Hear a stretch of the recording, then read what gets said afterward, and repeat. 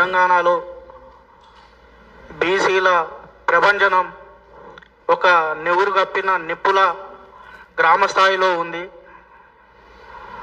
దానికి ముఖ్య కారణం ఇవాళ బీసీ సిద్ధాంత గ్రంథం ఇస్సా ఇజ్జత్ హుకుమత్ ఆ గ్రంథాన్ని రచించి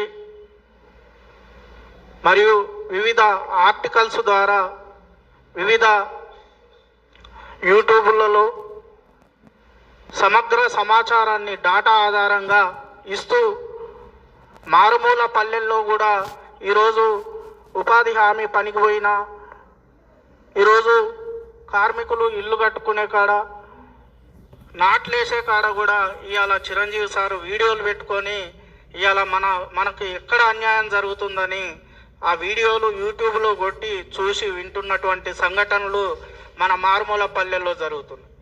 కాబట్టి మిత్రులారా, ఇవాళ బీసీలకు మనం గ్రామ స్థాయి నుండి ముఖ్యంగా తల్లిదండ్రుల్ని చైతన్యం చేయవలసిన అవసరం ఉన్నది. ఈరోజు ఈడబ్ల్యూఎస్ రిజర్వేషన్ల వల్ల ఆ ఈడబ్ల్యూఎస్ రిజర్వేషన్లు రావడంలో పాలక వర్గాలు ఏ విధంగా కుమ్మక్కైనవి, గత 77 ఏళ్ల స్వాతంత్ర చరిత్రలో మరి బీసీలకెందుకు వారి జనాభా దామాష ప్రకారం రాజ్యాధికార ఫలాలు కానీ రిజర్వేషన్స్ కానీ అందుకోలేకపోతున్నారంటే అది మనలో ఓటు చైతన్యం లేకపోవడం. ఇవాళ ఏ రాయితోటి కొట్టుకుంటే ఏముంది అన్నట్టు ఇవాళ రేపు ఈరోజు కాంగ్రెస్ పార్టీ వచ్చింది, రేపు బీఆర్ఎస్ వస్తుంది, లేకపోతే ఇంకో బీజేపీ వస్తుంది, లేకపోతే ఇంకో దగ్గర టీడీపీ వైసీపీ వస్తుంది.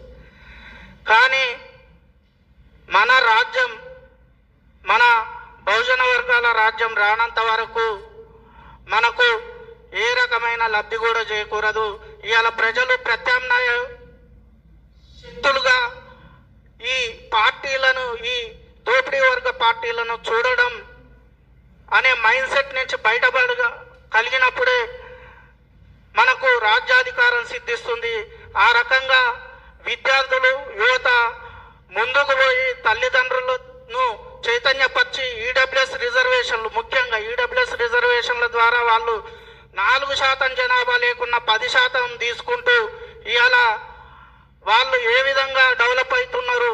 మరి మనకు 56% రిజర్వేషన్లు రావాల్సి ఉంటే ఉన్న 27% రిజర్వేషన్ కూడా సరిగ్గా అమలు చేయకుండా మనకు ఏ విధంగా వెన్నుపోటు పొడుస్తున్నారు అనే దాన్ని మనం సమగ్రంగా చర్చించి విద్యార్థి యువతలో మరియు వారి తల్లిదండ్రుల్లో కూడా తీసుకువెళ్ళి దీన్ని సంసిద్ధం చేస్తే మనకు 2029లో కానీ 28లో కానీ వచ్చేది బీసీ రాజ్యాధికారం.